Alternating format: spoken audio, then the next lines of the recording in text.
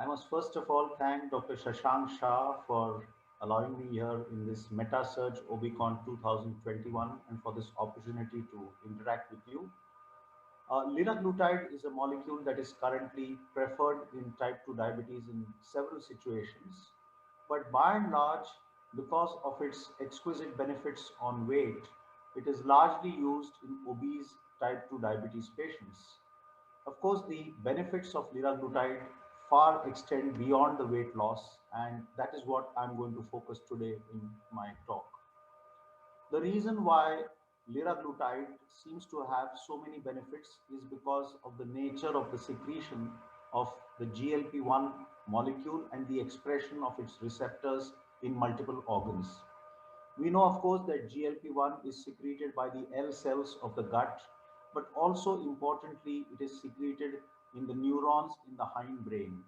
And therefore, the major action of GLP-1 receptor agonists like liraglutide is, of course, to improve the satiety. But in addition to this, GLP-1 also seems to work like a neuromodulator or a neurotransmitter in certain discrete anatomical and functional areas of the brain. The receptors of GLP-1 are expressed widely, not just in the pancreas or the heart, but even in the brain, the lung, the vascular system, the kidneys, and the gastrointestinal tract. Now, there are about at least 8 pathophysiologic defects that have been clearly defined in type 2 diabetes. And of these 8 defects, the ominous octet, GLP-1 receptor agonists such as liraglutide seem to address at least 6 defects. Of course, they would increase the insulin secretion, which is impaired in type 2 diabetes, and reduce the glucagon secretion that's increased in type 2 diabetes, and correct the incretin defect that is seen.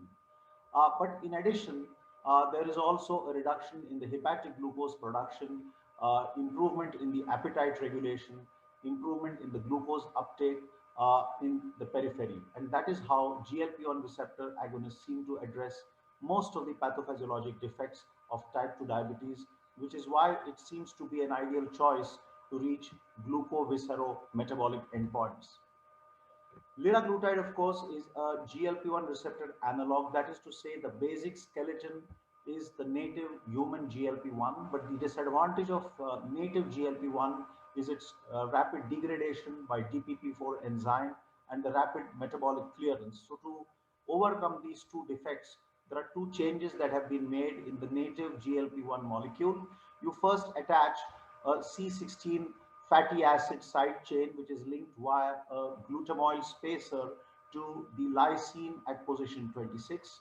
And the second change is you replace the lysine with arginine at position 34, and that provides only one binding site for the C16 side chain. Because of these two changes to the native GLP-1, the liraglutide is suitable for clinical use as a once daily subcutaneous injection. Of course, the basic reason why we use liraglutide is its ability to lower HbA1c, and this has been seen across trials, other in the center, which was the CV outcome trial. And here you can see that there is a 0.4% difference in the two arms. Remember, CV outcome trials are not efficacy trials. They are non-inferiority trials for 3-point MACE. So you technically should not get a difference in the A1C. But in these trials, by and large, there is a sort of a small change in the A1C between the two arms. But more importantly, on the right, if you look at various randomized controlled trials, and this is not a head-to-head comparison, remember, but by and large, if you take any of the GLP-1 receptor agonists, starting with lixisenatide, this is exenatide, this is lixisenatide, this is liraglutide, which I'm speaking about, and then you have once a week exenatide, dulaglutide, albiglutide once a week, and once a week semaglutide. So by and large, there is a very robust HbA1c lowering to the tune of about minus 1.4% for liraglutide, which is by and large unmatched as far as the GLP-1 receptor agonists are concerned. So across trials, GLP-1 receptor agonists in general have proven high efficacy in glycemic control, with liraglutide almost being like a gold standard. However, GLP-1 receptor agonists, including liraglutide, also reduce the postprandial lipids, and there are three parameters which I'm trying to show over here. One is the change in the triglyceride levels, the change in the HDL-C levels, and the change in the LDL cholesterol levels. And again, you can see that except for lixisenatide, which doesn't seem to show any effect on the lipid levels, all other GLP-1 receptor agonists show some favorable effects on the lipid profile, and you can concentrate on liraglutide over here. There is a slight reduction in the triglyceride levels, which is of course maximally seen with once a week semaglutide, but this is an excellent rise in the HDL-C cholesterol levels with liraglutide, comparable only to dulaglutide and exenatide once a week. And finally, the lowering of the LDL cholesterol is also seen with liraglutide. So liraglutide seems to improve certain cardiac risk factors in the form of HbA1c, body weight, of course, which I'm not in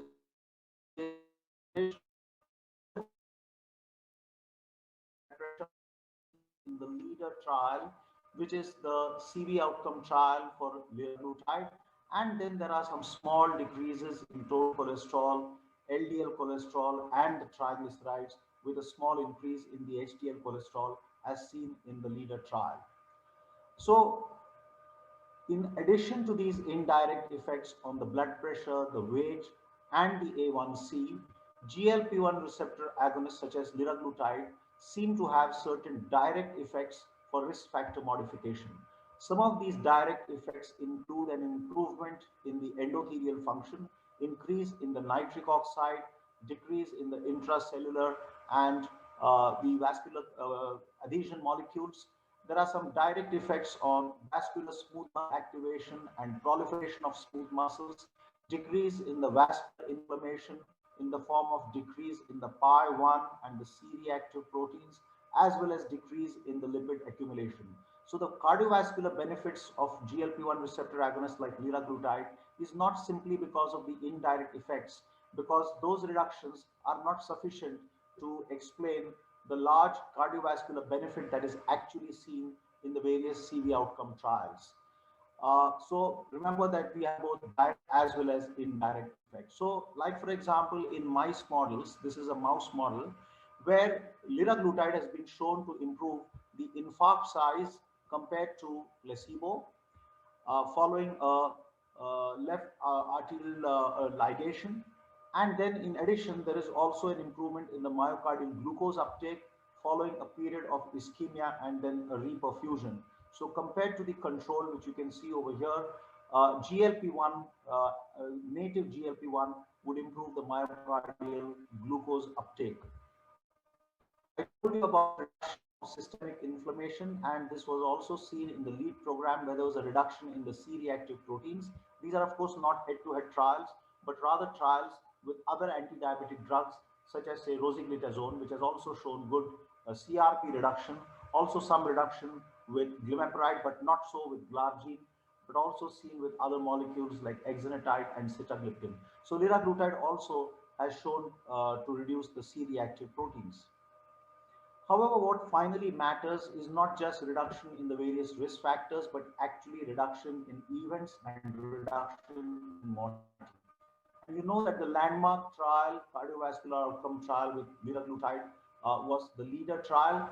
And that, of course, compared liraglutide versus placebo. And the primary endpoint was the 3-point MACE. And there was a 13% significant risk reduction in this primary outcome or the 3-point MACE.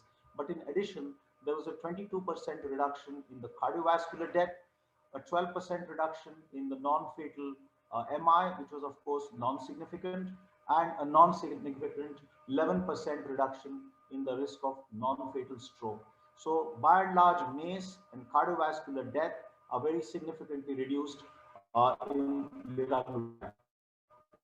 There were also some pre-specified secondary outcomes related to the kidneys in the leader trial, and this was the analysis from the leader trial where there was a composite of macroalbuminuria, doubling of serum creatinine, end-stage renal disease, and renal death.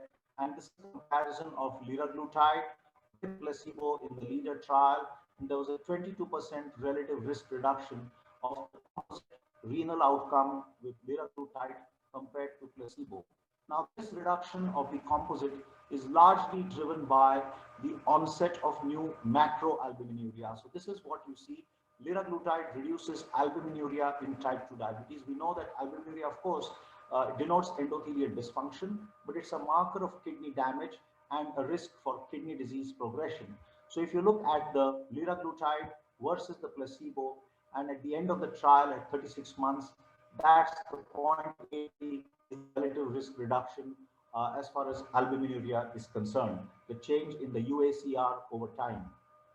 If I were to summarize the multiple mechanisms of GLP-1 receptor agonists to alter the course of the continuum of cardiovascular disease in type 2 diabetes, of course, I told you it reduces various cardiovascular risk factors like hypertension, dyslipidemia, obesity, not to speak of the HbA1c. But it also, liraglutide increases the glucose uptake by the heart, causes vasodilatation, improvement in the smooth muscle tone, reduction in the ischemic injury, reduction in infarct size, improved salvage index, improvement in the LV function, reduced cardiac remodeling, decrease in heart failure, reduction in inflammatory parameters, delayed apoptosis of the myocardial cells, improvement in the endothelial function, reduction in platelet aggregation and thrombosis, and reduction in atherosclerosis and improved plaque stability. So we were really searching for an ideal anti-diabetic drug, which of course should cause a robust A1C lowering and a fasting and a postprandial lowering. And of course, you have the benefit of weight reduction with liraglutide. But on top of that, the advantages, you get the glycemic lowering with minimal or no hypoglycemia. You get a whole lot of direct and indirect cardiovascular benefits with a tolerable side effect profile, which is why liraglutide is approved for a wide variety of patients. I think I'll stop my talk over here. If there are any questions, I'll be happy to answer them. Thank you for your time.